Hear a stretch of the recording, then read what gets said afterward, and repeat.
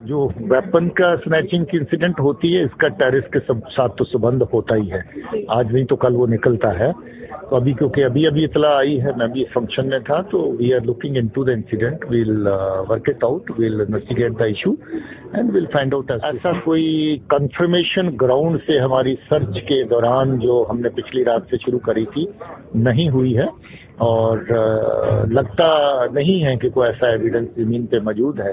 जिसकी security arrangement अच्छे हैं और कोई घबराने की किस तरह की बात नहीं है। जहां इवेंट होते हैं वहां पर कामयाबियां भी बहुत बड़ी साथ साथ बराबर चल रही हैं, और छोटे मोटे इश्यूज को लेकर के हमें पैनिक में नहीं आने की जरूरत रहती, क्योंकि यहाँ जो मिस्चीवियस एलिमेंट है उनकी कोशिश रहती है कि लोगों के मन में खामखा में खौफ पैदा करे, डर पैदा करे। और इस तरह का इंसिडेंट जब भी होता है, we go into the details and we would look into it, will investigate. पहली तो बात, इसको हमला कहें तो कोई बात जमती नहीं है, शरारत कहें तो बात जमती है।